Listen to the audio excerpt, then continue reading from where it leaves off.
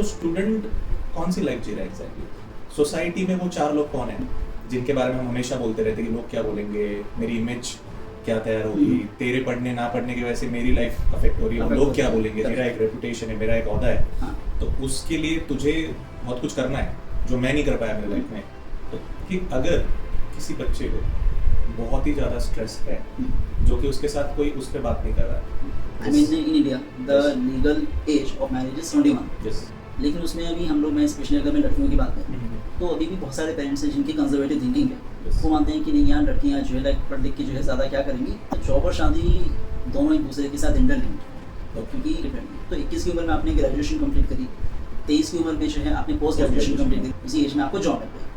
अब आपने जॉब करी, एक साल आपको हो गया जॉब करते हुए 20 to 24, तो उस पॉइंट से पेरेंट्स का प्रेशर बनना शुरू हो जाए, चलो अब तो आप सेटल हो गए हो, तो अब जो है शादी का भी देख साथ देखते हैं। शादी का देख लो, वो क्या मतलब है?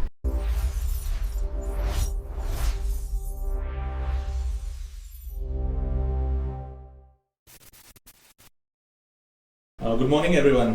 आज सेकेंड एपिसोड है हमारे पॉडकास्ट का, और फर्स्ट पॉडकास्ट जो था हमारा एआई का बेसिक अवेयरनेस, वो बहुत ही अच्छे से आपने रिस्पांस दिया। तो सेकेंड पॉडकास्ट हम लोग रेयर टॉपिक पे लेके आए जिसके बारे में कोई बात नहीं करता, बट ये बात करना हम बहुत इम्पोर्टेंट समझ रहे हैं। इसलिए आज हम लोग पॉडकास्ट पे इसी टॉपिक से रिलेटेड कि लोग क्या सोचेंगे, सोसाइटी क्या सोचेगी, इससे रिलेटेड बात करने वाले हैं। मेरे साथ है मिस्टर लक्ष्य गोयल सर। Hello. उनको ये सारे क्वेश्चंस पूछ के हम बहुत सारा नॉलेज बेस्ड इंटरेक्शन करने वाले। So welcome sir first of all to Thank you, this sir. Second podcast, second episode, and I hope ये एपिसोड भी उतना ही लोगों को पसंद आए। डेफिनेटली ये एपिसोड पसंद आएगा लोगों को, क्योंकि हम लोग जिस टॉपिक पे आज बात करने जा रहे हैं that is a very real issue. इस Yes. पे हर कोई बात तो करना चाहता है लेकिन बात नहीं कर रहा है। अभी सर इस आज के पॉडकास्ट के दो फेजेस रहेंगे। ओके यहाँ पे फर्स्ट फेज होगा career pressure, okay and second जो फेज होगा वो है मैरिज प्रेशर। Marriage pressure. तो करियर प्रेशर, मैरिज प्रेशर के लिए मेरा एक स्टेटमेंट जो मैंने कुछ बचपन से सुना है कि हमें हमेशा किसी दूसरे का रेफरेंस दिया जाता है कि देख शर्मा जी का बेटा क्या कर रहा है, वर्मा जी का बेटा क्या कर रहा है, वो कैसे ग्रो कर रहा है, कितना आगे जा रहा है, तू क्या कर रहा है। कंपैरिजन सर, कंपैरिजन का क्या रोल है, कंपैरिजन क्यों किया जाता है? ये बात सच है कि बचपन से आपको एक स्टेटमेंट सुनने को मिलता है, तो लोग हर घर में सुनने को मिलता है Yes. कि शर्मा जी के बेटे को देख लो 90% आ गए हैं, 95% आ गए हैं, आप क्या कर रहे हो, तुम्हारे इतने कम नंबर क्यों आ रहे हैं। यस। तो ये जो कंपैरिजन है ना, ये सिर्फ कंपैरिजन नहीं है, that is a chain of reaction. Chain of reaction, अगर Yes. ये वर्ड मैं आपको पूछूं, चेन ऑफ रिएक्शन एग्जैक्टली आप कैसे डिफाइन करोगे? मतलब सो चैन ऑफ रिएक्शन ऐसा एक स्टेप बाय स्टेप है कि पहले हम लोग जब किसी स्टूडेंट की बात करते हैं तो सबसे पहले वो सोचता है कि मैं इतना कैपेबल नहीं हूँ। उसके अंदर जो है कि डर मतलब फियर आने लगता है कि मैं इतना कैपेबल नहीं हूँ। फिर वो सेल्फ डाउट करने लगता है कि यार मेरे अंदर इतनी कैपेबिलिटीज़ नहीं है, क्योंकि कंपैरिजन से शुरू होता है कि Yes. पहले आपने कंपैरिजन किया Yes. कि यार मैं इतना अच्छा नहीं कर रहा हूँ। फिर उसी कंपैरिजन से आपका सेल्फ डाउट आने लगता है Yes. कि यार मैं इतना कैपेबल हूँ भी या नहीं हूँ, Yeah. कि मैं अच्छा कर पाऊँगा नहीं कर पाऊँगा एकेडमिक्स में। यस उसी सेल्फ डाउट से फिर आप जो है फियर करने लगते हैं यस कि आपके अगर मार्क्स नहीं आए तो क्या होगा, Yes. आपके पेरेंट्स आपको क्या बोलेंगे अगर आपके अच्छे मार्क्स नहीं आए। यस क्योंकि कई बार मैंने देखा है कि जैसे स्टूडेंट एग्जामिनेशन हॉल में आता है, the student is prepared well for the exam, yes but वो जो फियर होता है एग्जाम का कि वो जैसे ही लिखने बैठता है कि यार मैं पता नहीं क्या कर रहा हूँ क्या नहीं, he gets completely blank. Yes student completely blank होने लगता है कि यार पता नहीं मैं पढ़ा ही नहीं, पढ़ के वो सब कुछ आया, बट दैट फियर, उस फियर की वजह से वो पूरा ब्लैंक हो जाता है। एंड उसके बाद फिर वो जो स्टूडेंट है वो ओवर थिंक करने लगता है Yes. कि यार मेरे मार्क्स नहीं आए तो क्या होगा, मुझे अच्छा कॉलेज नहीं मिलेगा, कॉलेज नहीं yes. मिलेगा तो मुझे अच्छी जॉब नहीं मिलेगी, हम्म। जॉब नहीं मिली तो फिर मैं पेरेंट्स को क्या Parents को क्या बोलूँगा, बोलूँगा? या मेरे जो पेरेंट्स के साथ जो लोग उठेंगे बैठेंगे वो लोग क्या वो क्या कहेंगे, कहेंगे? So many things which comes in our mind. Yes. वहाँ से एक प्रेशर बनना शुरू हो जाता है, Yes, and yes. Here the life comes to an end. Yes. So कुछ क्वेश्चंस मैंने फिल्टर आउट किए। ओके मुझे लगता है कि ये क्वेश्चंस शायद से सभी सोचते भी होंगे, Correct. और बट ये पैरेलल जाएगा सभी के थॉट प्रोसेस के साथ। तो सबसे जो फर्स्ट क्वेश्चन है मेरा, मैंने कुछ क्वेश्चंस जो लिए है उसमें से कि अगर हम लोग स्टूडेंट के इम्पैक्ट की बात करें, स्टूडेंट की लाइफ के ऊपर इसका असर क्या पड़ता है, जब हम लोग चेन रिएक्शन के बारे में अभी डिस्कस कर चुके हैं, तो स्टूडेंट कौन सी लाइफ जी रहा है एग्जैक्टली?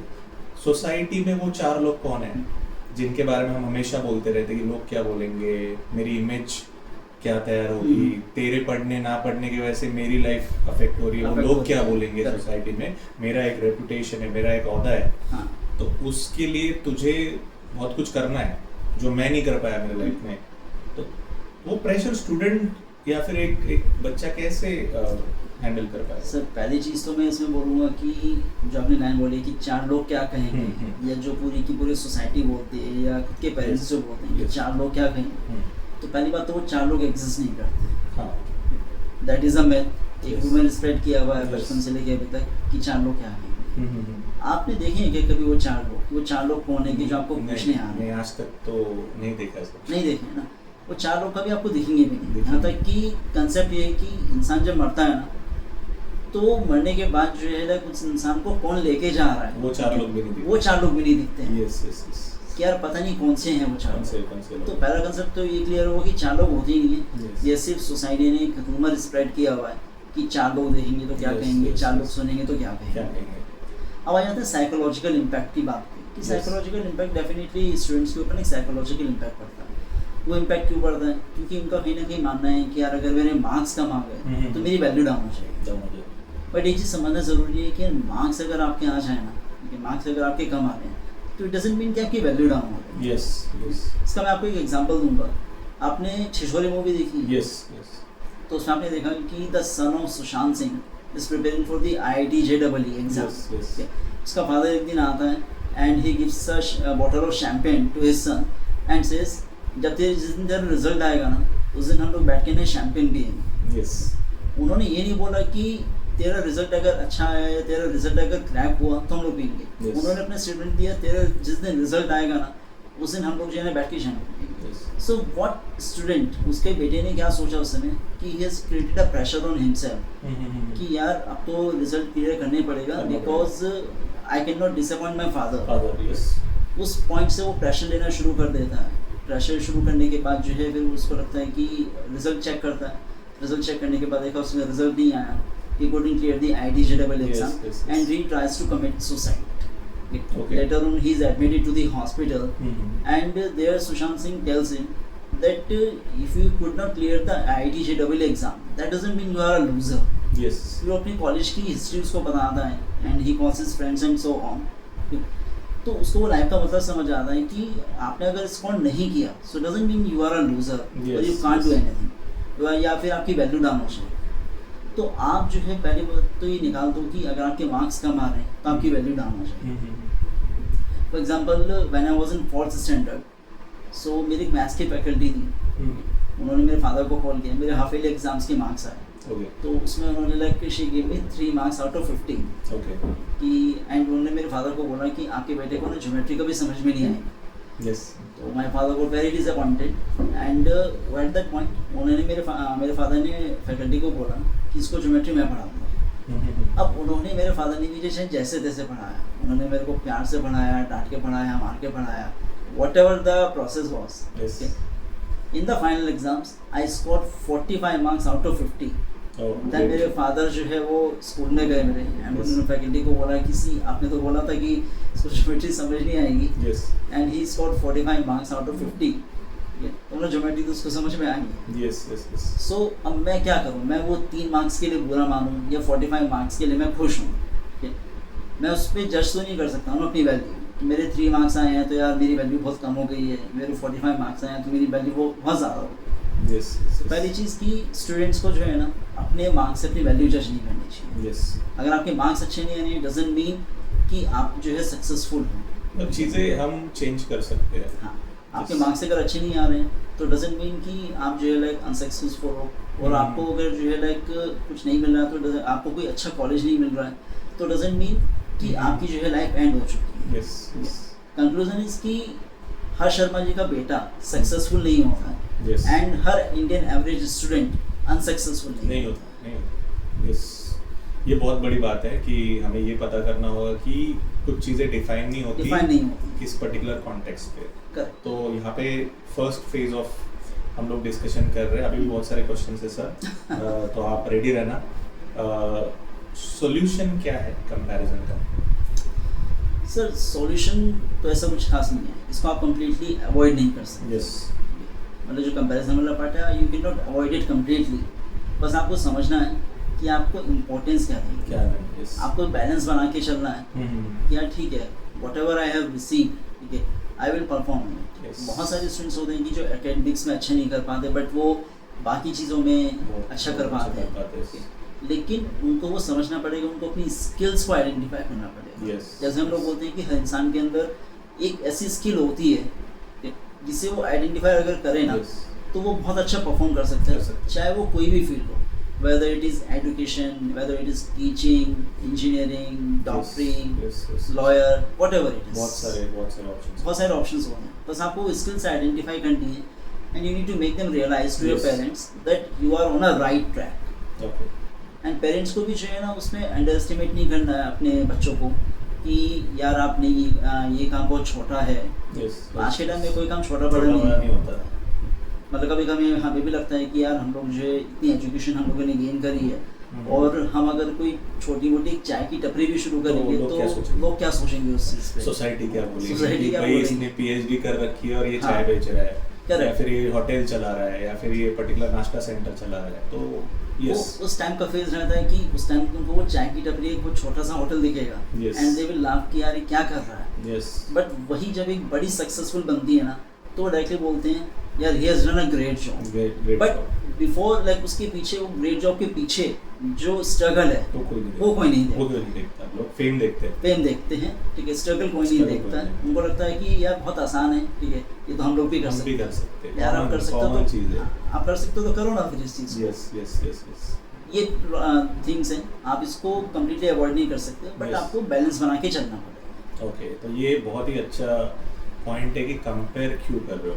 कंपेयर हर एक की लाइफ अलग है, हाँ। हर एक की सोच अलग है। करेक्ट। और वो चार लोग, हमेशा हम बोल रहे हैं ना कि लोग क्या सोचेंगे, वो एग्जैक्टली कौन है।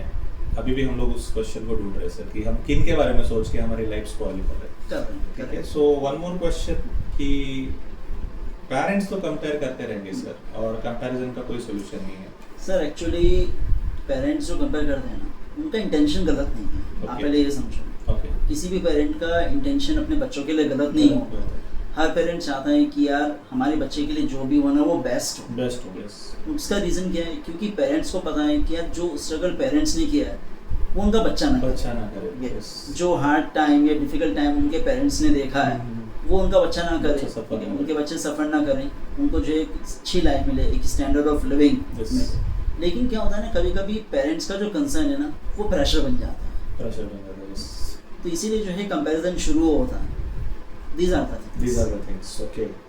And ये जो स्टार्टिंग का फेज हम डिस्कस कर रहे थे, कंपैरिजन हो, चेन ऑफ रिएक्शन हो, बहुत ही इम्पोर्टेंट है। क्योंकि होता क्या है कि ये सारे करियर पर्सपेक्टिव के अकॉर्डिंगली है कि करियर सिलेक्ट करना भी एक प्रेशर होता है सर। प्लस स्टूडेंट को भी जो है ना एक चीज़ समझनी पड़ती है कि उनको जो है ना दूसरों को फॉलो नहीं करना, उनको दूसरों को फॉलो नहीं करना है। इस पर मैं एक एग्जांपल देता हूँ कि when I was preparing for the civil service examination, मैं यूपीएससी के लिए प्रिपेयर कर रहा था, तो उस टाइम हमें लगा कि यार हम लोग टॉपर्स की स्ट्रैटेजीज को देखते थे कि यार ऑल इंडिया रैंक 1 आया है, रैंक 2, रैंक 3, तो चलो हम लोग भी इनकी स्ट्रैटेजीज को फॉलो करते हैं। एंड इनकी स्ट्रैटेजीज अगर फॉलो करेंगे तो हम लोग भी जो है लाइक एग्जाम हम लोग का क्लियर हो जाएगा।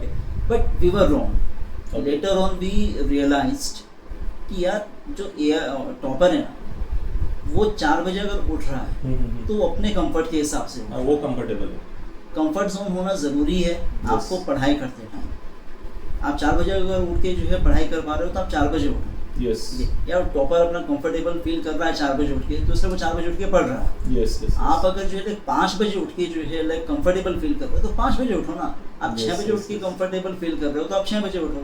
आप वो टॉपर की स्ट्रेटेजी फॉलो करने के चक्कर में भी अगर आप 4 बजे उठोगे तो उसके 2 नुकसान होंगे। पहला, एक तो आपकी नींद पूरी नहीं हो पाएगी। दूसरा, आप जिस पर्पस के लिए उठे हो वो पर्पस पूरा नहीं हो पाएगा।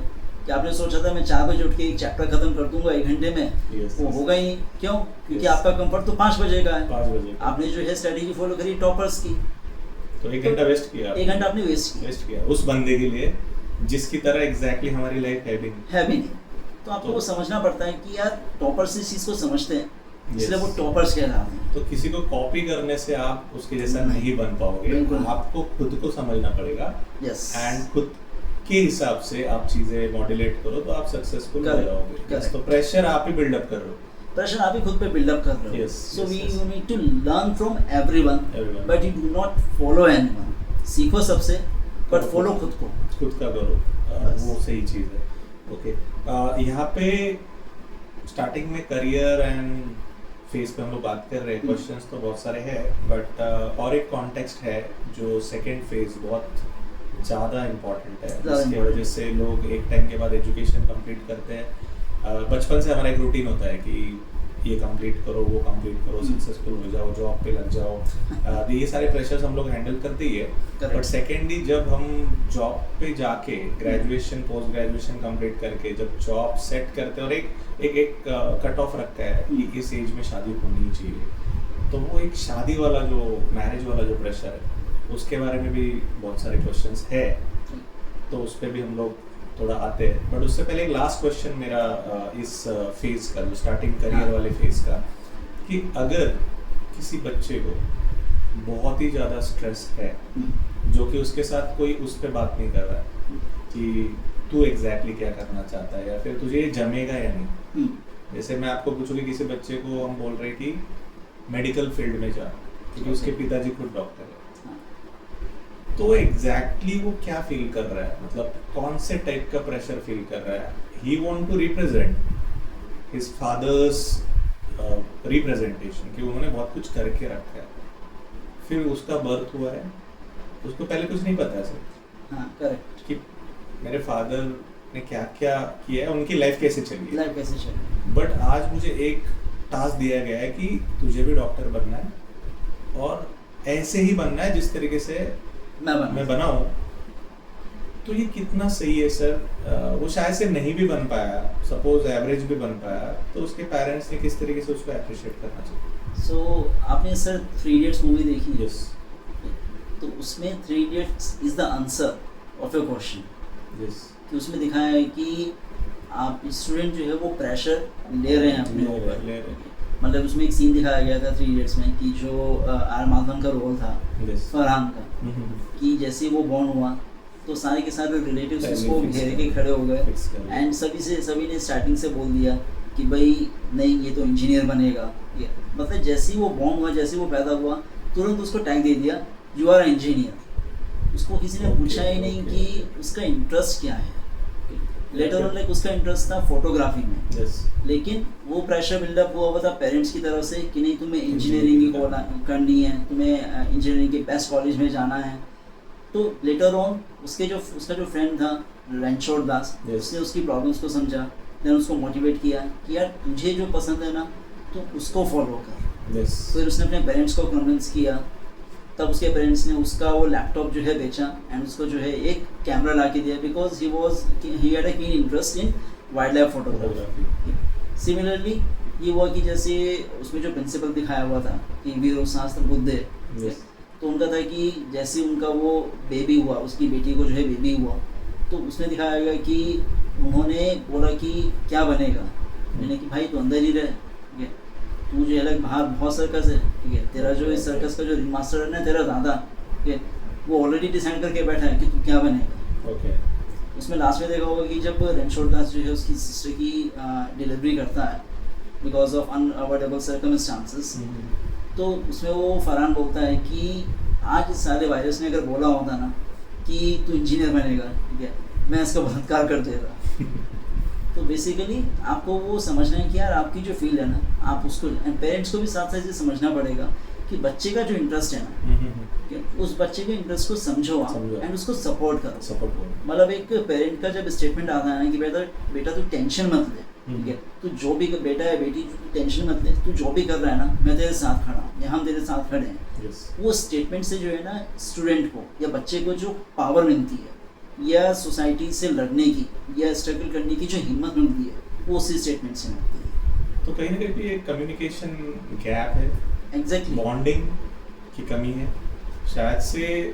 आज वो दो थॉट प्रोसेस के वजह से लोग शेयर ही नहीं करते हैं, प्लस मिसअंडरस्टैंडिंग होती है, मिसअंडरस्टैंडिंग प्लस ओवरथिंकिंग भी बहुत बहुत हो रही है सर। कि हम लोग सोचते हैं कि यार पेरेंट्स नहीं मानेंगे, यार एक बार आप बात तो करके देखो। मतलब सारे पेरेंट्स एक जैसे नहीं होते हैं, ठीक है, आप पहले बात तो करके देखो, क्या पता मान जाए। आप पहले ओवरथिंक करके बैठे हो, क्या वो मानेंगे ही नहीं, उनसे बात ही नहीं करना, उनसे बात ही नहीं करना, डर के बैठे हो कि पापा को तो चलेगा ही नहीं। हाँ, वो तो माननी नहीं। आप दोस्तों से ये सब बातें कर रहे हो जो कि डेयर करके एक 10 मिनट शायद से चिल्लाए वो बात में, पर बाद में भाई देख ऐसा है, करेक्ट, थोड़ा रिलीफ हो जाएंगे वो भी, आप भी। तो एटलीस्ट आप उस मेंटल स्ट्रेस से तो फ्री हो जाओगे ना कि यार मैं पेरेंट्स से बात कर सका। अदरवाइज आपको अफसोस रहेगा मैंने पेरेंट्स से बात ही नहीं की। मतलब हो सकता है कि शायद अगर बात करता तो पेरेंट्स मान जाते, मतलब जहाँ हम लोगों को अग्री की पूरी उम्मीद होती है ना कि पेरेंट्स मान जाएंगे, ठीक है, वहाँ तो हम बात करते ही नहीं है। वो सबसे बड़े इश्यूज क्रिएट होते हैं स्टूडेंट्स को। और कोई भी चीज़ सर परमानेंट नहीं है, तो हमारे पेरेंट्स हमारे साथ कितने देर तक है हमें नहीं पता। उन्हें भी ऐसा लगता है कि हम जितने समय तक हमारे बच्चों के साथ है तब तक ये सेट हो जाए। तो ये जो सेट हो जाए वर्ड है, ये आपको क्या लगता है? कोई कभी सेट होता ही नहीं है, ये वर्ड ही अलग है। आपको क्या लगता है? सर सेट तो कभी कोई होता नहीं है। हाँ। मैं अगर एक स्टेप्स की बात करूँ ना, कि पहले आप क्लास 10th में थे तो पेरेंट्स ने बोला कि बेटा थोड़ा सा मेहनत कर लो, उसके बाद तो ऐश ही ऐश है। आप क्लास 12 में आ गए, बोर्ड्स के एग्जाम आ गए, फिर पेरेंट्स ने बोला कि इस बार मेहनत कर लो तो और आगे जो है लाइक 12 के बाद जो है लाइक सेट है सब कुछ। आप ग्रेजुएशन में आ गए, ग्रेजुएशन में आते आते फिर आपको रियलाइज हुआ नहीं प्लेसमेंट भी तो लेनी है, सीजीपीए भी तो मेंटेन करना है, क्योंकि अगर सीजीपीए मेंटेन नहीं किया तो हमें कोई जॉब भी नहीं देगा, हमें कोई जॉब छोड़ो इंटरव्यू में हमें कोई बैठने नहीं देगा। तो यानी कि यार इस बार मेहनत कर लो, ये 3 साल, उसके बाद तो ऐश ही ऐश है। आप आ जाते हो फिर उस फेस पर कि आपकी जॉब लग गई। अब आप सोचते हो कि यार जॉब जो है लग गई है, चलो अब तो सब सेट है।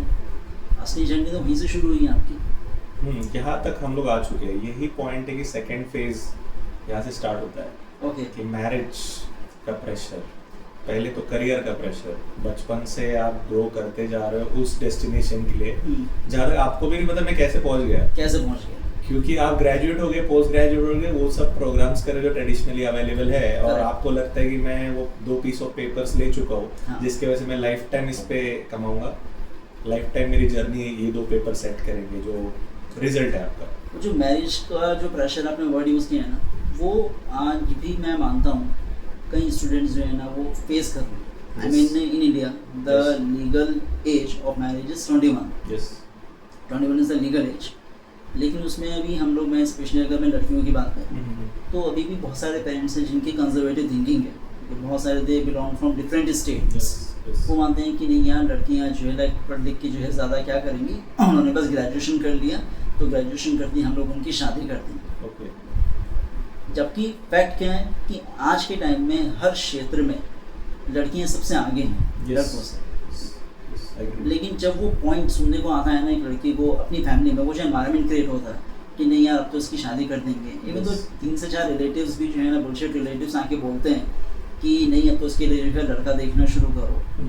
यार वहाँ पे जो है ना उस स्टेज पे, उस पॉइंट पे लड़कियाँ जो है ना वो खुद को अंडर एस्टिमेट करना शुरू कर, बट उसमें उनकी कोई गलती नहीं है। अंडर एस्टिमेट क्यों कर रही है वो खुद को? क्योंकि वहाँ पे पेरेंट्स हैं, वो 4 लोगों ने मिलके जो है ना वो प्रेशर क्रिएट किया हुआ, एक एनवायरनमेंट क्रिएट किया हुआ। लोग क्या कहेंगे, सोसाइटी में रहना है तो शादी करना, शादी तो करनी पड़ेगा, एज में करना है, ठीक है, बहुत हो गई पढ़ाई, ये तो पढ़ाई अपने शादी के बाद भी कर लेगी। या शादी के बाद आप कुछ कमिटमेंट दे सकते हो क्या कि वो शादी के बाद जिस घर में जाएगी वहाँ पे उसको जो है पढ़ने की परमिशन होगी या नहीं होगी?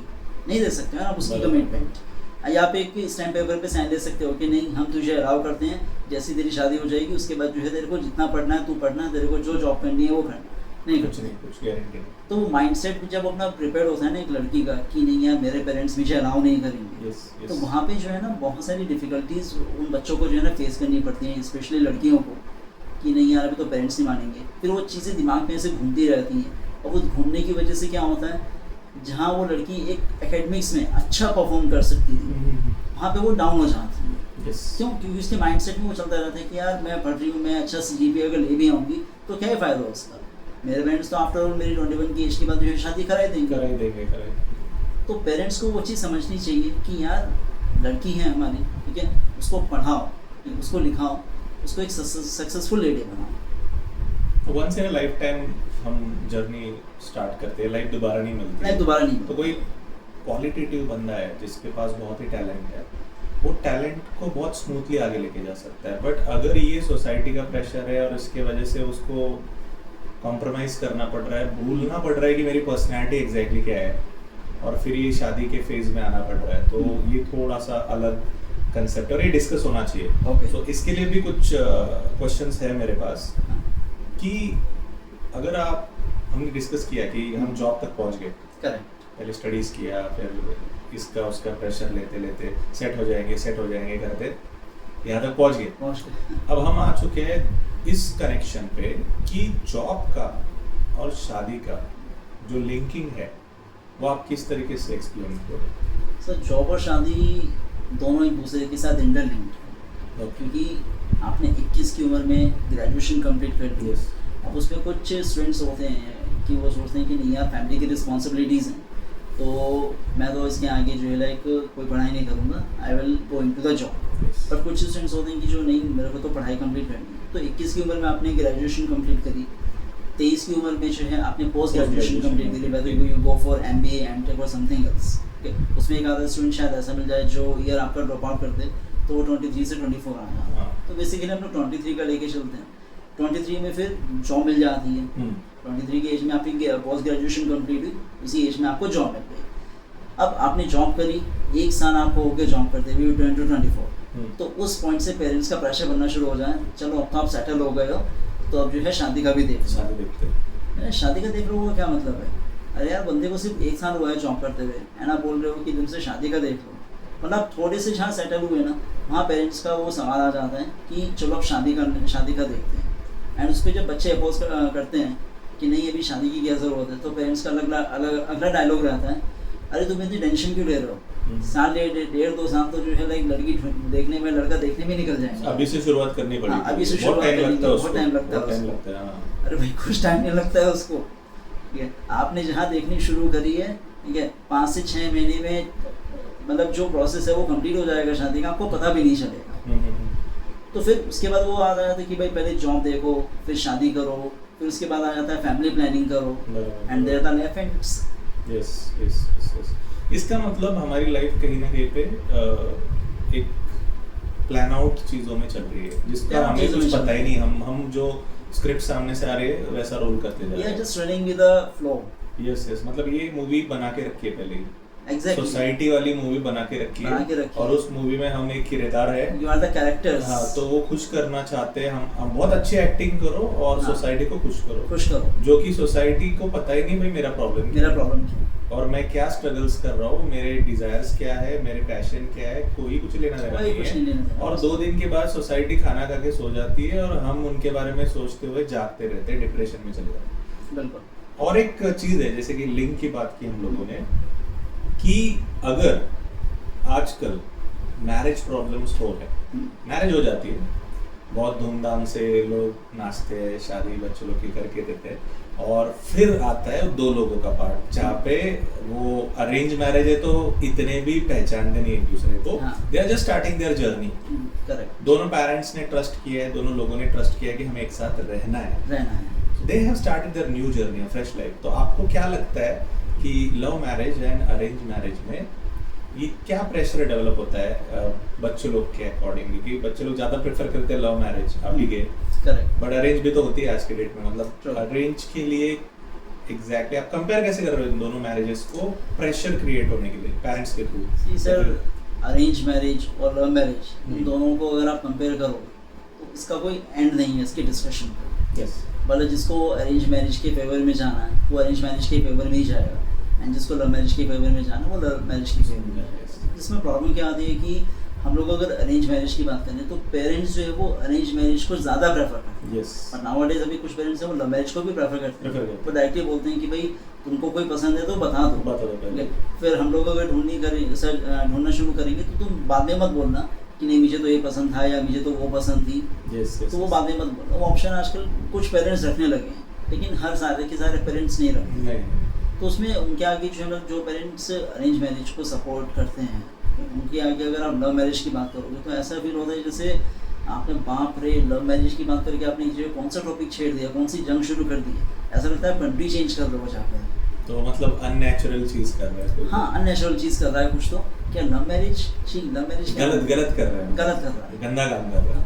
अब मेरा सवाल है कि अरेंज मैरिज जब आप करते हो तो अरेंज मैरिज में वो मीटिंग फिक्स करी जाती है, तो सोचते हैं कि यार आधे पौने घंटे 1 घंटे की मीटिंग में जो है लड़का लड़की को जो टाइम फ्रेम दिया जाता है कि चलो एक दूसरे के साथ बैठ के बात कर लो, वो चाहते हैं कि उस टाइम फ्रेम में 1 घंटे में एक दूसरे को समझे एंड पूरी लाइफ का जो डिसीजन है वो उस 1 घंटे में ले इतने कम समय में पूरी लाइफ का ले 50 मतलब जहाँ एक फैक्ट है कि एक इंसान को समझने में पूरी जिंदगी निकल जाती है, वहाँ वो सोचते हैं कि 1 घंटे की मीटिंग में दोनों एक दूसरे को समझ जाएं, that I R not with each other and they get married. वो इम्पॉसिबल है। आपने जो है शादी अगर कर भी ली तो उसके बाद की जो है लाइक जर्नी कैसी होगी कैसी नहीं होगी वो कोई नहीं सोचता है।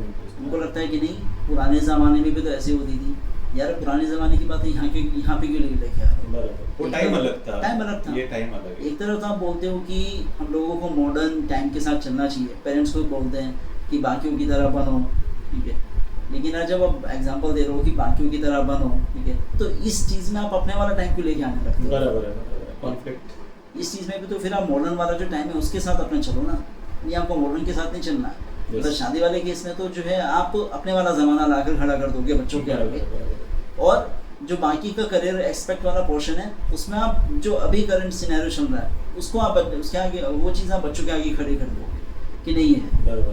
तो मतलब आपको जो चीज़ पसंद है आप उसी चीज़ को बस सपोर्ट कर रहे हो, आप समझना नहीं चाह रहे हो, मतलब पेरेंट्स समझना नहीं चाह रहे हैं, वो उस चीज़ को बस जो चीज़ उनको पसंद आ रही है ना वो उसको सपोर्ट कर रही है।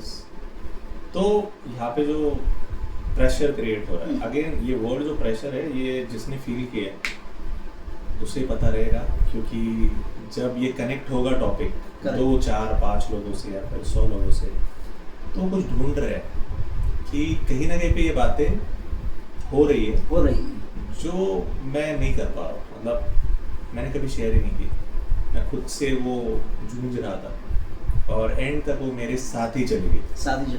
और यही कारण है कि जब कोई सुसाइड कर रहा है या फिर कुछ पर्टिकुलर सिचुएशन में आ रहा है, वो वहाँ पे लेके जाया जा रहा है उसको, वो खुद से कोई मरना नहीं चाहता, खुद से कोई अपनी लाइफ क्विट नहीं करता। शायद वो एक बेस्ट सिंगर हो सकता है, बेस्ट क्रिकेटर हो सकता है, भले अपने एरिया का हो, गली का क्रिकेटर हो, बट वहाँ पे भी उसकी एक शान है।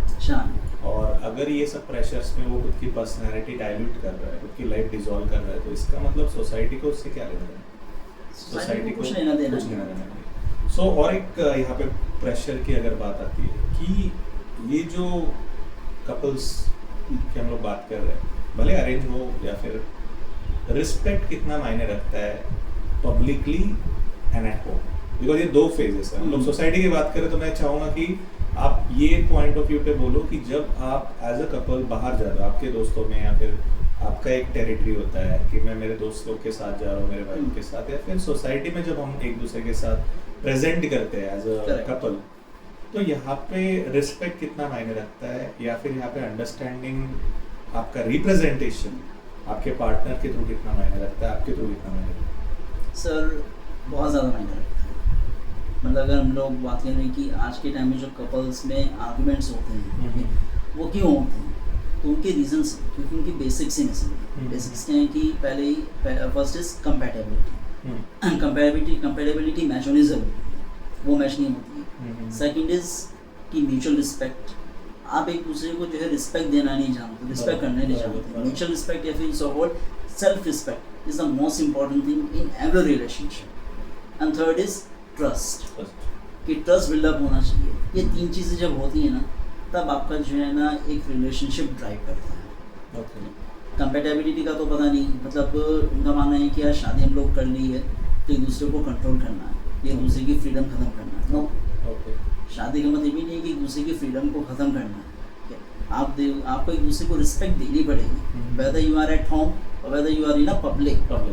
लेकिन कपल्स आज के टाइम में क्या करते हैं, वो दिखाना शुरू करते हैं कि देखो पति मेरी सुन रहा है या वाइफ मेरी सुन रही है, पति के या पत्नी के कोई भी फ्रेंड सर्कल है, उनके आगे शो ऑफ करना शुरू कर देते हैं कि देखो ये तो मेरी सुन पा रहा है, या मैं इसको डोमिनेट कर पा रहा हूँ या कर पा रही हूँ। बहुत सारे फैक्टर्स आते हैं वहाँ पे, एंड उस पॉइंट पे जो है ना सेल्फ रिस्पेक्ट आपकी हैम्पर होती है। एंड जिस रिलेशनशिप में आपकी सेल्फ रिस्पेक्ट ना हो, वो रिलेशनशिप नहीं। ओके, तो इस टाइम पे पेरेंट्स पार्टिसिपेट नहीं करते मोस्टली। शादी जब हो जाती है हाँ, तो आपको बोलेंगे कि भाई आपको अच्छे से रहना पड़ेगा। पेरेंट्स ने तो एक स्टेटमेंट दे दिया था स्टार्टिंग में कि चलो शादी हो जाएगी, शादी की बात तो जो है सब सॉर्टेड है। सब जैसे sorted वो है, yes, स्टेटमेंट yes, देते हैं yes, कि 10th कर लो, 12th कर लो, उसके बाद ग्रेजुएशन कर लो, उसके बाद लाइफ के ऐश हैं। तो उनका तो वो पॉइंट ऑफ व्यू अभी इस पे भी वही है कि आप शादी कर लो, शादी के बाद आप सेट हो गए, आप सेट हो गए। हाँ। यार आपने कैसे डिसाइड कर लिया आप सेट हो गए? तो प्रॉब्लम्स बहुत ज़्यादा अराइज होती हैं, ठीक है। सेट इजीली इंसान नहीं होता। उसके बाद जो है लाइक दूसरा लाइन आता है पेरेंट्स का कि चलो अभी शादी हो गई है तो चलो फैमिली प्लानिंग भी कर लो। उसमें अगर आपके ग्रैंड पेरेंट्स हो तो उनका आता है हम तो बेटा पोता पोती का मुंह देखने से पहले मरेंगे नहीं। तो आप ये रहता है। हाँ, आप कपल्स पे प्रेशर बिल्डअप कर रहे हो कि नहीं यार अब आपको जो है ना फैमिली प्लानिंग करनी ही है। पहले ये तो देख लो कि यार वो फैमिली जो कपल्स हैं वो ठीक से रह भी पा रहे हैं नहीं रह पा रहे हैं, whether they are compatible to each other और नॉट। लेकिन नहीं, आपको जो साइकिल स्टार्टिंग से चलती आ रही है सोसाइटी की, आपको वही फॉलो करवाना अपने बच्चों से। उन कपल्स का कुछ खुद का सोचे ही नहीं, मतलब उन तो खुद का डिसीजन देते ही नहीं। मतलब कपल्स का अगर खुद का कोई डिसीजन है ना कि नहीं हम लोग 1-2 साल लेंगे, ठीक है, we will plan for a baby after 1 or 2 years, ठीक है, पहले हम लोग देख लेते हैं whether things are working out और नॉट। वो नहीं आता पेरेंट्स को। उनका है कि नहीं, अगर लाइक कॉन्फ्लिक्ट्स अगर हो जाते हैं ना कपल्स के बीच में, तो उनका मानना है कि पेरेंट्स का कि यार आप फैमिली प्लानिंग कर लो, फैमिली प्लानिंग के बाद सब कुछ ठीक हो जाता है, सब ठीक हो जाता है, बच्चा आने के बाद सब, हाँ बच्चा होने के बाद सब ठीक हो चेंज हो जाते हैं पर्सनालिटीज। सब गैस है सर, ये गैसेस है। मतलब ये चीज आपने लिख के रखी है या फिर बोली है, वो ट्रेडिशनली सब लोग उसमें कैसे फिट हो जाएंगे, मतलब पता नहीं, ये प्रेशर ज्यादा डेवलप हो जाता है इसकी वजह से। आपके हाथ में 5 उंगलियां हैं, 5 उंगलियां जैसे नहीं होती है। ओके, ये जो डिस्कशन हमारा चल रहा है अभी, इसमें मोस्टली जब हम लोग बात करते हैं ना कि चलो आप शादी होने के बाद जब आपका एक कुछ खुद का पर्सनल स्पेस होता है, जैसे कि आपको लगता है कि मैं आके घर पे आने के बाद आप ड्राइंग करोगे, एक 15-20 मिनट का आपका एक रिलैक्सेशन टाइम है। इसको हम बोल सकते हैं कि पर्सनल टाइम या फिर मी टाइम और वी टाइम, 2 लोग होंगे तो we time, personally me time. आप ये जो वर्ड्स है इनको किस तरीके से ब्रेक करोगे एक्सप्लेनेशन के साथ?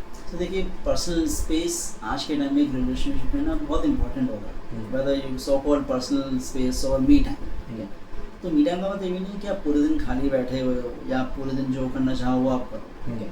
Obviously when you are entering into home, ठीक है, तो वहाँ पे एक पॉइंट होता है कि चलो आपको जो है लाइक टाइम स्पेंड करना अपने पार्टनर के साथ। बट उस मतलब जब आप घर पे आते हो तो घर पे आने के बाद भी या चलो आप घर पर ही हो पूरे दिन, तो उसमें पूरे दिन में भी जो है ना 1 या 1.5 घंटे का जो भी जितना भी टाइम आप डिफाइन करना चाहो खुद के ड्यूरेशन, वो एक मी टाइम कि जिसमें कपल जो है, जो पार्टनर है, वो जो करना चाहे वो कर सकता है। आप मान लो कुछ लैपटॉप पे कुछ काम कर रहे हो बैठ के, आपका पार्टनर आके आपको बोलने लगे चलो ये क्या कर रहे हो, साथ में मूवी देखते हैं, यार वो अलग टाइम है। अगर आप अपने लैपटॉप में बैठ के कुछ कर रहे हो, तो आपके पार्टनर को भी समझना चाहिए कि ठीक है like he is slightly busy, तो चलो आप भी जो है लाइक अपना जो है लाइक कुछ काम कर लो उसी टाइम कर लो, ताकि आप भी बिजी रहोगे, वो उनका काम कंप्लीट करें, फिर आप एक क्वालिटी टाइम साथ में स्पेंड कर सकते हो। एंड टास्क करने को सिर्फ बहुत सारे हैं, आप इंस्टाग्राम ओपन करके रील स्क्रॉल डाउन कर लो, किसी से बातचीत कर लो, चिट चैट कर लो, so many things and acts to do, लेकिन आपको नहीं करना है। आप चाहते हो कि बस आपका पार्टनर आ गया ना, वो आपके साथ से चिपका रहे, मतलब आपके साथ किचन में खड़े होकर खाना बनाए, ठीक है, that are very sweet memories और मोमेंट्स कि आप अगर ऐसा कर रहे हो। बट एक पर्सनल स्पेस हर पार्टनर को मिलना चाहिए रिलेशनशिप में, अगर आपको प्रॉपर्ली थिंग्स वर्कआउट करनी है तो। लेकिन कपल्स का जो है आजकल डिफरेंट माइंडसेट है। आपको क्या लगता है कि कपल्स के बीच में जो आज के टाइम में आर्गुमेंट्स होती हैं, तो वो क्या होती हैं? एक डोमिनेंस लगता है मुझे डोमेन्स कंट्रोल करने की कोशिश होती है। कुछ तो है कि जहाँ पे कोई one person is overtaking more and frontier person जो ज़्यादा अंडरस्टैंडिंग करता है उसको झेलना पड़ता है। मैच्योरिटी इज मिसिंग मुझे लगता है कहीं ना कहीं पे, जब आप दो लोगों ने वो चीज़ें ज्वाइन की है तो मैच्योरिटी मिसिंग है। One side dominance, one side control, second side maturity, then stretch out the things. Stretch out the things कब भी होती हैं कि लाइक इफ यू से कि what do you mean by successful marriage, so I would say कि there is nothing called a successful marriage, there is a concept called healthy marriage. मतलब जो couples रखते हैं ना, कपल्स को लगता है कि नहीं ये शादी हो गई है तो चलो अभी सब प्यार ही प्यार है। यार एक चीज़ समझने वाली बात है कि शादी होने के बाद प्यार जो है ना वो सबसे पहली चीज़ है जो खिड़की के बाहर जाएगा। Marriage is about the fulfilling the responsibilities, कि आप अपने पार्टनर के साथ जो अपकमिंग रिस्पॉन्सिबिलिटीज हैं उन रिस्पॉन्सिबिलिटीज को आप कैसे फुलफिल कर पा रहे हो। yes, yes. And that journey of fulfilling those responsibilities is called love, is called a healthy marriage. यहाँ पे आप जब अपने पार्टनर को मतलब आपके पार्टनर को जब पता है कि what is important for you and आपको भी पता है कि आपके पार्टनर के लिए क्या इंपॉर्टेंट है, that is a healthy marriage. But जब आप जताने की कोशिश करते हो ना आपके पार्टनर को कि आपके लिए क्या इंपॉर्टेंट है और आपका पार्टनर जताने की कोशिश करता है कि आपके लिए क्या इंपॉर्टेंट है, that is a disasters marriage. Okay. Another conflicts यहाँ पे क्यों होते हैं कि पार्टनर्स को लगता है कि नहीं यार मैं जो चीज़ मांग रहा हूँ ठीक है वो मेरा हक है, मैं जो एक्सपेक्ट कर रहा हूँ वो बिल्कुल सही है। यार अगर आपका हक होता तो आपको मिल जाता। आप सामने वाले से कुछ मांग रहे हो तो मतलब एक प्रेशर बिल्डअप कर रहे हो। If something is written in your destiny ना, that will directly come to you, मिल जाएगा। उसके लिए आपको मांगने की जरूरत भी नहीं पड़ेगी। जैसे हम लोग अपने पेरेंट्स के साथ डील करते हैं कि हम लोगों को अपने पेरेंट्स से कभी कुछ ऐसे मांगना नहीं पड़ता, बहुत ही रेयरली मांगना पड़ता है। बट कुछ चीज़ें ऐसी होती हैं कि जो पेरेंट्स की तरफ से ऑटोमेटिकली आ जाती हैं कि पेरेंट्स को लगा कि नहीं यार मेरे बेटे को लैपटॉप की ज़रूरत है, आपने मांगा भी नहीं और वो लैपटॉप आ गया, so that was written in your destiny, वो आ गया। Similarly in relationships as well कि whatever written is written in your destiny वो डायरेक्टली आपके पास आएगा, आपको मांगने की ज़रूरत नहीं पड़ेगी। पेशेंस, हाँ, we need to keep some patience. Plus इसमें दूसरी चीज़ें क्या आ जाती हैं कि वो सोचते हैं कि नहीं यार ये मेरे हिसाब से चले। मतलब फॉर एग्जांपल आपके पार्टनर ने अगर आपको जो है मैसेज किया ठीक है व्हाटएवर, तो उसका भी कंसर्न नहीं तुमने सिंपल रिप्लाई क्यों कर दिया, ठीक है तुमने इमोजीज के साथ रिप्लाई क्यों नहीं किया, ठीक है सो मेनी थिंग्स आते हैं। यार हर किसी का एक्सप्रेस करने का तरीका अलग होता है, हर किसी का प्यार करने का तरीका अलग होता है, एक्सप्रेस करने का तरीका अलग होता है। एंड लड़कों के साथ तो सबसे बड़ा है कि वो जल्दी से एक्सप्रेस नहीं करते बहुत हैं लेकिन एक्सप्रेस नहीं करते। तो आज के जो कपल्स हैं वो ये चीज़ नहीं समझते हैं, इसलिए कॉन्फ्लिक्ट्स होते हैं। ओके, सो यहाँ पे हम ये भी बोल सकते हैं कि हर तरीके से हर एक पर्टिकुलर लाइफ में प्रेशर जनरेट होते रहता है, प्रेशर जनरेट होता है और हम उस प्रेशर को कम करने के लिए चैलेंजेस एक्सेप्ट करते जाते हैं और कहीं ना कहीं पे खुद को डिप्रेस करने। तो डिप्रेशन इसका बहुत बड़ा कंक्लूजन है कि आज कोई बात नहीं कर रहा है और suddenly he is going to stop his life. इन सब चीज़ों पे कोई बात करना चाहता नहीं है। उसके दो रीजंस हैं कि वो बोलते हैं कि ठीक है यार I am ready to survive, yes, और दूसरे रीज़न है कि नहीं यार लोग क्या सोचेंगे। यस। और आपको नहीं लगता सर, मतलब ये क्वेश्चन मैं खुद से पूछ रहा हूँ आउट ऑफ द बॉक्स, की कहीं ना कहीं पे एक फ्रंटियर पर्सन हमेशा एक काउंसलर हो सकता है? अच्छा, उसके लिए आपको सर्टिफाइड काउंसलर की जरूरत नहीं है। आप जब किसी को अपने थॉट एक्सप्रेस करना चाहते हो तो वो थॉट सुनने वाला अगर कोई हो 80 to 90% बंदा फ्री हो जाता है, और कहीं ना कहीं पे उसको कंक्लूसिवली पता चलता है कि अभी भी और लाइफ है। तो ये होना चाहिए सर, मतलब आपको क्या लगता है इसके बारे में? सर ये होना चाहिए, बट उसमें जैसा आपने बोला कि एक काउंसलिंग टाइप पर्सन अगर आपके पास आता है, वेदर ही इज सर्टिफाइड और नॉट, एक काउंसलिंग टाइप पर्सन कोई प्रॉपर काउंसलर नहीं है, वो आपका फ्रेंड भी हो सकता है, वो आपका फैकल्टी भी हो सकता है, वो आपका मेंटोर भी हो सकता है, आप उसके साथ जब शेयर करोगे तो डेफिनेटली 80 to 90% स्ट्रेस आपका वहीं खत्म हो जाता है। बातें बोलने से आप सिंपैथी नहीं गेन कर रहे हो, बट आप अपनी प्रॉब्लम्स को शेयर कर रहे हो ताकि आपका मन हल्का हो जाए। और हम लोग बोलते हैं ना कि अगर आपको कुछ स्ट्रेस है तो आप शेयर करो, शेयर करने से जो है ना मन हल्का हो, शेयर करना चाहिए।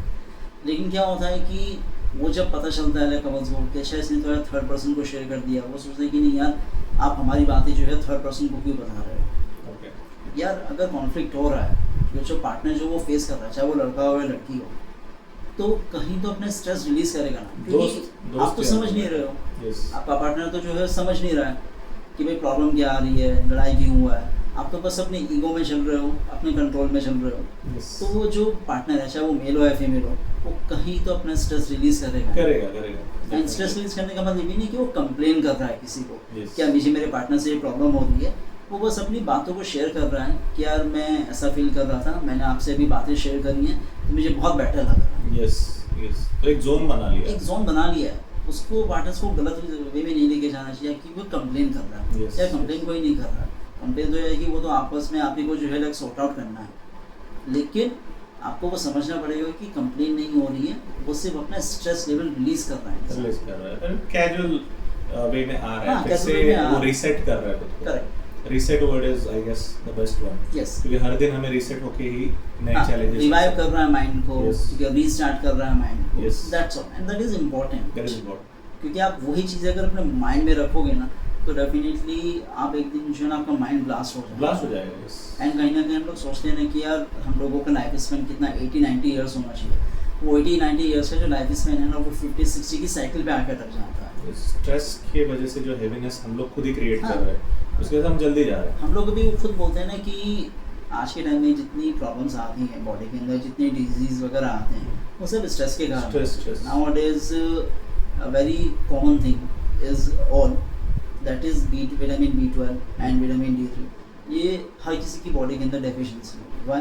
बिकॉज ऑफ दिस स्ट्रेस की वजह से, डिप्रेशन की वजह से बहुत ज़्यादा प्रॉब्लम। एंड पेरेंट्स इस चीज़ को अवॉइड कर रहे हैं कि नहीं यार हम लोगों ने भी तो जिया है, हम लोगों के टाइम पे तो ऐसा कुछ नहीं था, विटामिन वगैरह हम तो अच्छा खाते पीते थे। पहली बात तो आप ये समझो कि यार अभी का जो टाइम है ना, खाना पीना अब उतना प्योर रहा नहीं।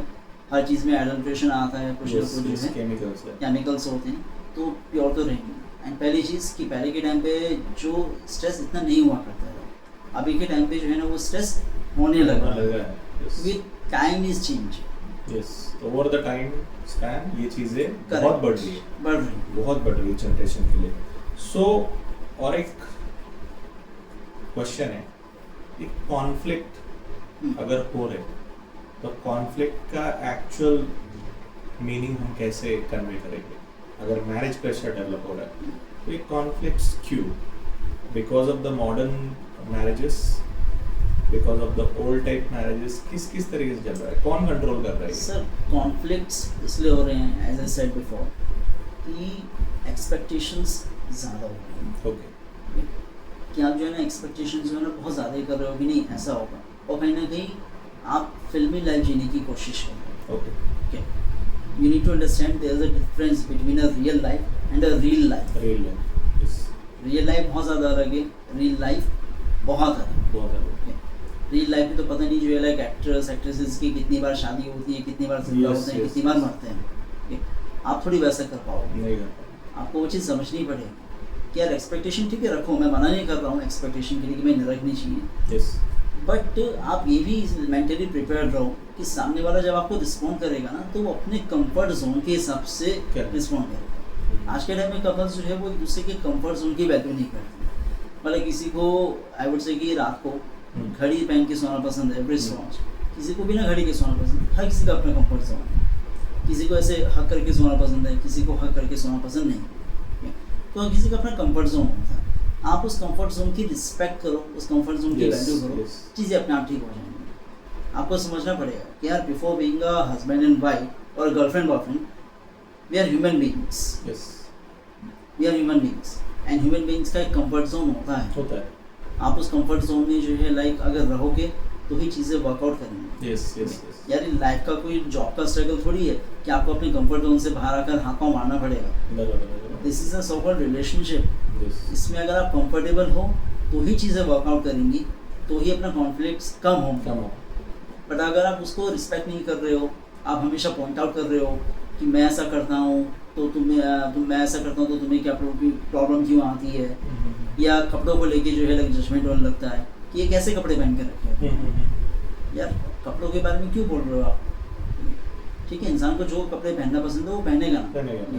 तरीके से पहनो। कि मैं ये बोल रहा हूँ कि कोई आदमी ने फटे पुराने कपड़े पहन लिए, हर किसी का अपना लाइक शौक होता है, कंफर्ट होता है कि आप एक कंफर्ट के हिसाब से, रिस्पेक्ट के साथ आप जो है लाइक उन सब चीज़ों को एक्सेप्ट करो एंड कंफर्ट जोन की रिस्पेक्ट करो एंड एक टाइम देना सीखो। कि अगर आपका जो पार्टनर है वो अपने फ्रेंड्स के साथ आउटिंग करने जा रहा है तो आप ये मत बोलो उसको कि नहीं तुम नहीं जा सकते हो या तुम नहीं जा सकती हो।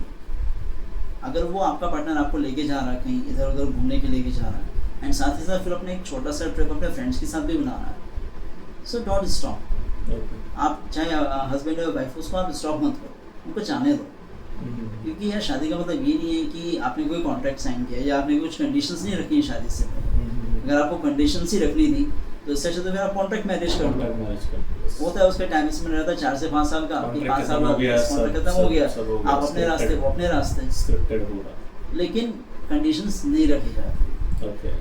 तो कॉन्फ्लिक्ट इसलिए हो रहे हैं क्योंकि कहीं ना कहीं जो है एक्सपेक्टेशंस ज़रूरत से ज़्यादा होती हैं, एंड फिर वो एक्सपेक्टेशंस पे अगर जब थोड़ा सा वो ठेस लगती है कि नहीं मैंने तो ऐसा सोचा था, या कुछ कपल्स ऐसे भी मिलेंगे वो जैसे किसी हस्बैंड ने बोल दिया कि यार मैं चाहता हूँ कि मेरी जो वाइफ है वो बहुत ज़्यादा जो है मेरे बर्थडे पे जो है ना घर डेकोरेट करे, ठीक है, लेकिन उसकी वाइफ ने क्या किया, सिंपल सा एक जो है केक लाके जो है हैप्पी बर्थडे टू यू करके सेलिब्रेट कर दिया, या आपने जो है झगड़ा कर लिया या फिर डिनर करने चले गए। तो आदमी ने क्या एक्सपेक्ट किया कि यार बर्थडे सेलिब्रेट होना चाहिए था, बैलून्स लगने चाहिए थे, 10 लोग आने चाहिए थे, एक सरप्राइज मिले, वो कुछ नहीं। यार आपको सोसाइटी को दिखाना है क्या? आपका मेरे पास पर्पस क्या है? बर्थडे सेलिब्रेट करना है। आपकी वाइफ ने जो है आपके लिए जो है केक लेके आया, मैं एग्जांपल दे रहा हूँ उसमें कि आपकी वाइफ आपके लिए केक ले गई, आप जो है डिनर पे गए, हो गया ना। अभी वो आप क्या एक्सपेक्ट करें कि बर्थडे मतलब वो 2 लोगों में भी जो है ना थोड़ा सा awkward लगेगा कि आपने पूरा गुब्बारे वगैरह लगाए हुए हैं, पूरा डेकोरेट किया हुआ है। यार आपने कोई पार्टी ऑर्गेनाइज करी हो, 10, 15, 20 लोग आने वाले हो, तब तो चलो बात अलग है, बट नॉर्मल है। आपको ये अफोर्डेबिलिटी तो देखनी है ना कि whether you are able to afford to invite an number of people for just for your party और सो कॉल्ड बर्थडे, आप कर पा रहे हो नहीं कर पा रहे हो, वो चीज़ें जो है बहुत ज़्यादा माइंड में टेकन फॉर ग्रांटेड ये पर्सन ने करना ही चाहिए ऐसा। किसी का बर्थडे है, एनिवर्सरी है, आपने फोटो क्यों नहीं लगाया स्टेटस पे? ये तो ये मतलब बीमारी चलने लगी है कि स्टेटस में आप फोटो लगाओगे, हम तो सेलिब्रिटीज हैं नहीं। मतलब फॉर एग्जांपल आपका बर्थडे है तो मैंने अगर फोटो नहीं लगाया तो आप ऑब्जेक्शन करोगे कि सर आपने जो है फोटो भी नहीं लगाया मेरा, आज मेरा बर्थडे है, इसके ऊपर से झगड़े हो गए, इसके ऊपर झगड़ा ना। अरे यार अगर आपको पर्सनली दिल से किसी को विश करना है ना तो या तो उसे कॉल करके विश करो, नहीं तो उसको जो है ना फिर टाइम निकाल के जो है तो मिलो, या फिर उसको जो है चैट या व्हाट्सएप पे जो है बहुत प्लेटफॉर्म्स हैं जहाँ पे आप उसको मैसेज कर सकते हो कि हैप्पी बर्थडे। वो क्या होता है कि आपने किसी का स्टेटस देखा, मान लो आपने मेरा स्टेटस लगाया हुआ है या आपने किसी का स्टेटस लगाया हुआ बर्थडे का, मैंने वो स्टेटस ओपन किया, तो अब वहाँ पे जो है ना मेरे ऊपर एक प्रेशर बिल्डअप हो जाएगा कि नहीं मुझे रिप्लाई करना पड़ेगा, मैंने अगर रिप्लाई नहीं किया है इसका तो सर को लगेगा कि बुरा लग जाएगा और हमारी दोस्ती टूट जाएगी, मतलब कि सर ने देखो स्टेटस देखने के बाद भी सर को पता था कि मेरे बच्चों का बर्थडे है, मैंने स्टेटस लगाया, सर ने देखा भी, लेकिन देखने के बाद भी उन्होंने अवॉइड कर दिया, उन्होंने हैप्पी बर्थडे तक नहीं किया। तो आप प्रेशर क्यों बिल्डअप कर रहे हो यार उस पर? सो अगेन टेक्नोलॉजी इतनी अपडेट हो चुकी है और टेक्नोलॉजी के एरा में हम लोग जी रहे हैं, और इसी वजह से झगड़े हो रहे हैं, और इसकी वजह से झगड़े हो रहे हैं। मतलब technology need to be in a right hand, mature लोगों के, मतलब लोग स्मार्ट होने चाहिए, टेक्नोलॉजी तो पहले से ही स्मार्ट है। दूसरी चीज़ आती है गिफ्ट के ऊपर कि भाई गिफ्ट अपने जो है क्या देना है, तो लाइक कुछ कपल्स का मानना रहता है कि यार हम लोगों का जो ओकेशन है ना उसी ओकेशन पे गिफ्ट लेना है। मान लो हस्बैंड वाइफ दोनों में से किसी का बर्थडे हुआ, एनिवर्सरी हुआ, तो उसे अच्छा बर्थडे आएगा तभी हम लोग लेंगे। मैं बोलता हूँ कि यार आपको ओकेशन का वेट नहीं करना चाहिए। मान लो आपके कपड़े फट गए हैं, आपका बर्थडे है 4 महीने बाद आ रहा है, तो आप 4 महीने तक क्या वो फटे हुए कपड़े पहन के घूमोगे क्या? नहीं ना। आपको जिस चीज़ की जब ज़रूरत है तब जाके उसे वो उसमें ज़्यादा हैप्पीनेस होगी। आपको मोबाइल लेना है, आपका मोबाइल चल नहीं रहा है, मतलब आपके मोबाइल की डिस्प्ले उड़ गई है, आपको एक नया मोबाइल लेना है, तो don't wait for the occasion कि नहीं एनिवर्सरी आएगी तब वो मोबाइल परचेज़ करेंगे, बर्थडे आएगा तब मोबाइल परचेज़ करेंगे। यार जिस समय ज़रूरत है उस समय ले लो। This also creates a pressure, ठीक है, वो प्रेशर क्रिएट करता है कि नहीं अच्छा ऐसा करना है वैसा करना है।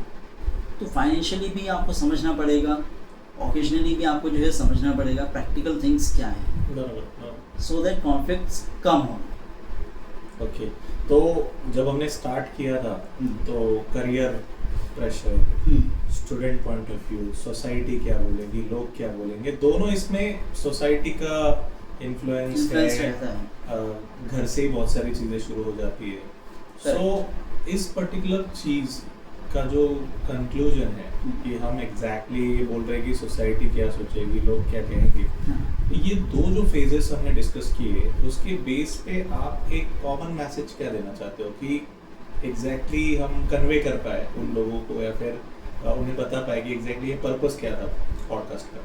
Sir actually before concluding I would say कि अगर जैसे हम लोग रिलेशनशिप की बात कर रहे हैं तो इधर रिलेशनशिप इज़ नॉट वर्किंग, तो बेटर है कि आप सेपरेट हो जाओ, क्योंकि यू टेक डाइवोर्स। डाइवोर्स एक ऐसा टॉपिक है कि उसके बारे में जब हम लोग सुनते हैं तो पेरेंट्स का, सोसाइटी का रिएक्शन आता है, बाप रे डाइवोर्स, कुछ का एकदम डेंजर काम कर लिया। हाँ, मतलब पता नहीं यार क्या कर दिया हम लोगों ने, किसी की डिमांड हम लोगों ने कर दी है।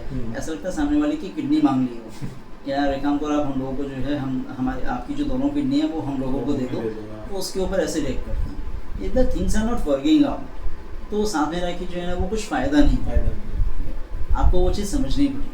लेकिन मतलब पेरेंट्स का या फिर सोसाइटी का जो है ना वो अलग साइकोलॉजी रहता है उस पर कि नहीं अच्छा डाइवोर्स हो गया तो डाइवोर्स अगर करवा दिया, पहले बात तो डाइवोर्स करवाना नहीं है, डाइवोर्स अगर इनके सोने में लगा तो उसके बाद की लाइफ क्या होगी? अरे क्या होगी, क्या मतलब अगर इंसान का डाइवोर्स हो गया तो क्या उसको नौकरी से निकाल दिया जाएगा या उसको किसी पब्लिक प्लेस पे जाने से रेस्ट्रिक्शन लग जाएंगी, या वो किसी क्लास में पानी नहीं पी पाएगा, या वो किसी रेस्टोरेंट में नहीं जा पाएगा? ऐसा तो कोई लॉ नहीं है, ऐसा कोई लॉ नहीं है ना। लाइक इन कॉन्स्टिट्यूशन में भी बोला है that as per article 21A you have the right to personal liberty. तो वो पर्सनल लिबर्टी तो कहीं रही नहीं, क्योंकि आप जो है लाइक उसमें चीज़ें लेके आ रहे हो कि नहीं आपको जो है लाइक डाइवोर्स तो नहीं होगा, डाइवोर्स करके जो है बहुत सारी प्रॉब्लम्स हैं, कुछ नहीं होता है। मतलब आपके जो बच्चे हैं, ये जो कपल्स हैं वो आपस में लड़ भिड़ रहे हैं, वो चलता है, लेकिन उस लड़ने की वजह से जो लाइफ स्पैन कम हो रहा है वो भी आपको चलेगा, कोई प्रॉब्लम नहीं है, लेकिन आपको बस अलग नहीं करना, डाइवोर्स नहीं करना, वो सबसे बड़ा ना प्रॉब्लम होता है। और उसकी वजह से क्या होता है, ऑब्वियसली फिर डिप्रेशन होता है कि लाइक चीज़ें समझ में आनी नहीं है, things are not working out, the couples are not able to drive their relationship in a proper way, so वहाँ पे स्ट्रेस बढ़ जाता है, स्ट्रेच आउट होती है अननेसेसरी चीज़ें। आज के टाइम में लोग देखते हैं कि डाइवोर्स बहुत कॉमन चीज़ है, अगर वर्कआउट नहीं कर रहा है ना तो आप डाइवोर्स से लोग सेपरेट हो। बट इंडियन सोसाइटी के लिए जो है लाइक उनको लगता है कि नहीं डाइवोर्स जो है बहुत बड़ा पाप है, ठीक है, मतलब ये हो गया तो लाइक इंसान की ज़िंदगी ख़त्म हो जाएगी। ऐसा लगता है कि यमराज 2 किलोमीटर दूरी खड़ा है कि बस आएगा उसको ले जाएगा, ऐसा कुछ भी नहीं। ये है, ये चीज़ें बहुत अलग से देखी जाती है अपनी सोसाइटी में। तो सोसाइटी के लिए लोग जी रहे हैं, सोसाइटी के लिए लोग सोसाइटी के लिए खुद की लाइफ चेंज कर रहे हैं, जो कि उनके पास उनका खुद का ब्रेन है और वो बहुत अच्छे से जी भी सकते हैं। बहुत हाई फाई नहीं तो एक मॉडरेट लाइफ तो कोई भी जी सकता है और अकेला भी जी सकता है, ऐसा प्रॉब्लम नहीं है। सिर्फ इन चीज़ों को ज़्यादा अलग तरीके से बहुत सारे लोग हैं जो अलग रह रहे हैं, जो अकेले रह रहे हैं एंड दे आर हैप्पी। मतलब आज के टाइम में I would say you are responsible for your own happiness, no one else is responsible for your own happiness. मतलब अगर पार्टनर है एंड उसका अगर मूड ऑफ है तो भाई वो उसकी मूड ऑफ के लिए वो खुद रिस्पॉन्सिबल है, लेकिन उनकी एक्सपेक्टेशन क्या रहती है, अच्छा मेरा मूड ऑफ है तो मेरा पार्टनर आएगा, पूछेगा क्या हो गया, फिर मेरे को मनाएगा, तब मैं खुश होऊंगा या खुश होऊंगा। ऐसे क्यों भाई, आप खुद से नाराज़ हुए हो ना, आपका पार्टनर तो आएगा एक बार आपको पूछेगा भाई क्या हो गया, क्यों मूड ऑफ है, दैट्स ऑल। उसके बाद वो अपने काम में लग जाएगा, वो भी आपके चक्कर में अपना मूड ऑफ करे। मतलब आपकी जेब में जो है 100 रुपये हैं और वो 100 रुपये में से 10 रुपये गिर गए, आप जो है ना क्यों नाराज़ हो, 10 रुपये के आपकी जेब में भी 90 रुपये हैं, still 90 rupees in your pocket, तो उसके लिए हैप्पीनेस है। Nobody is thinking about that 90 rupees. They are thinking again constantly about 10 rupees जो कि वापस आने भी नहीं वाले और उसके वजह से हम स्ट्रेस आउट हो रहे हैं, unnecessary स्ट्रेस क्रिएट होते जा रहा है।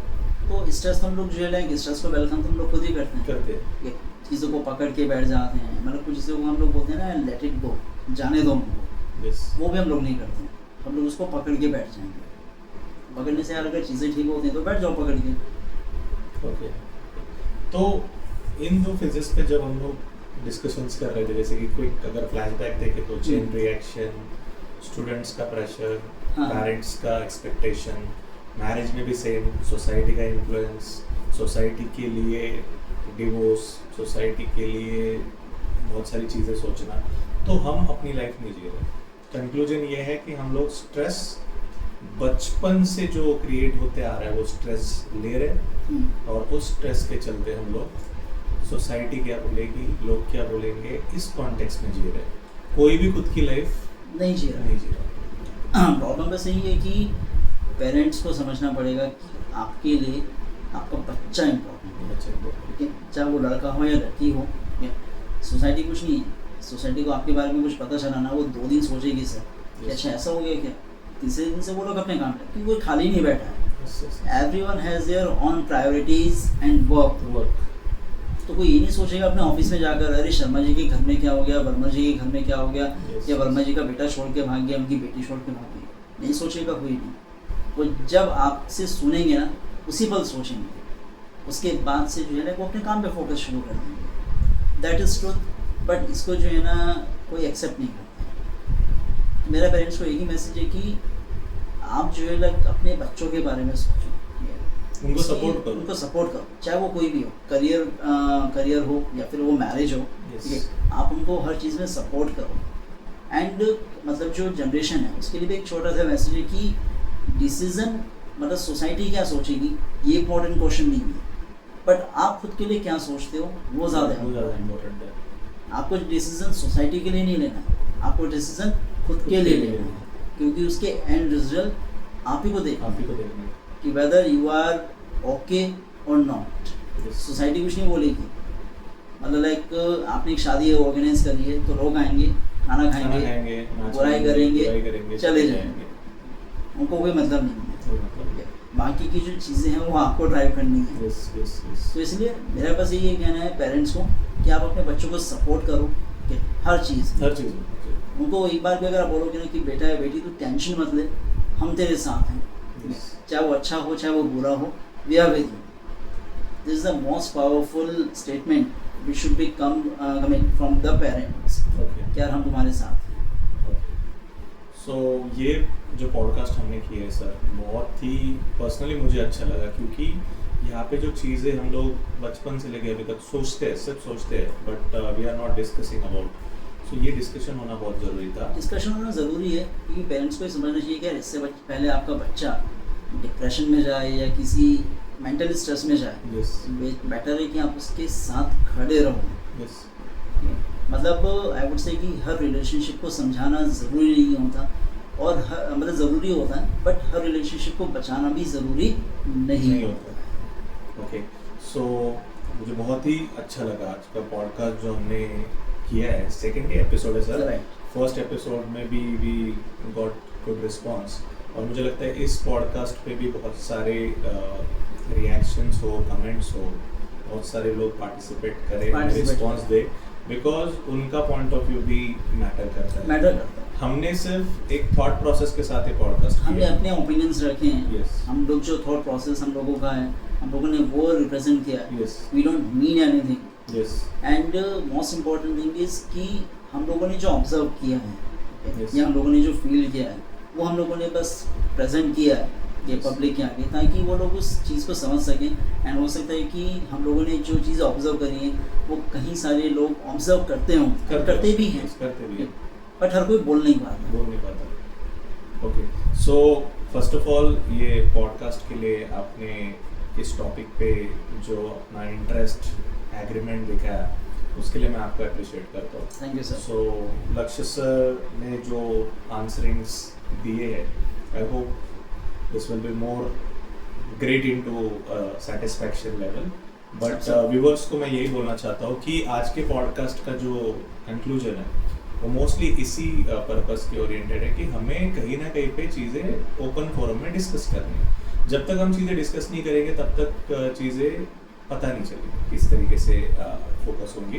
And lots more to come, बहुत सारे पॉडकास्ट आने भी वाले हैं और सब लोगों हम लोग इनवाइट भी करने वाले हैं। सो आई होप आपको ये सेकेंड एपिसोड भी अच्छा लगा विद द टॉपिक कि लोग क्या कहेंगे एंड सोसाइटी क्या सोचेगी। So again, I want to thank Lakshya sir for giving a valuable time for this podcast, and we'll do some more series with more great peoples जो उनके thought processes रखने के लिए hesitate नहीं करते। Absolutely. So thank you everyone for this and I want you people to subscribe, like, share and mostly comment, जो कि हमारे लिए बहुत मायने रखते हैं.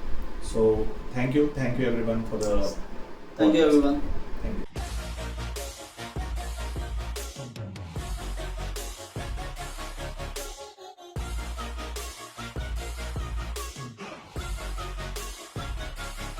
I'm grateful.